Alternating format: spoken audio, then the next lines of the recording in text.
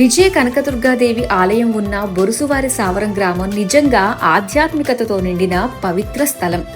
ఉదయం సూర్యోదయంతో పాటు ఆలయ గంటల శబ్దం, పూల సువాసన, ధూప దీపాల పరిమళం గాలిలో కలిసి భక్తుల మనసును ప్రశాంతంగా మారుస్తాయి. పచ్చని పంట పొలాలు, పిల్ల కాలువలు, చెట్ల నీడలు, గ్రామం చుట్టూ విస్తరించిన ప్రకృతి అందాలు. దశావతారాలండి. ఇక్కడ మొత్తం అంతా కూడా దశావతారాల్ని మనం చూడొచ్చు. పిల్లలకి చూపించి ఇదిగో ఈ అవతారం విష్ణుమూర్తి, ఈ అవతారం అని చెప్పడానికి చాలా బాగున్నాయి. ఎంత అందంగా ఉన్నాయి నిజంగా విగ్రహాలన్నీ కూడా. సాధారణంగా మనం చూస్తూ ఉంటాం కదా స్వయంభు శివాలయాలు, కానీ ఇక్కడ కనకదుర్గమ్మ అమ్మవారి ప్రత్యేకత ఏంటంటే స్వయంభుగా వెలిసింది. పూర్వం ఇంచుమించు ఒక 80 సంవత్సరాల క్రితం అంట ఈ కాలువలోనే మనకి మొత్తం పూర్తి రవాణా, ఇవన్నీ వాణిజ్యం, ఇదంతా కూడా బిజినెస్ జరుగుతూ ఉండేదన్నమాట. విజయవాడ నుంచి చాలా మంది ఇక్కడికి వచ్చి ఇక్కడ బిజినెస్ చేస్తూ ఉండేవారు.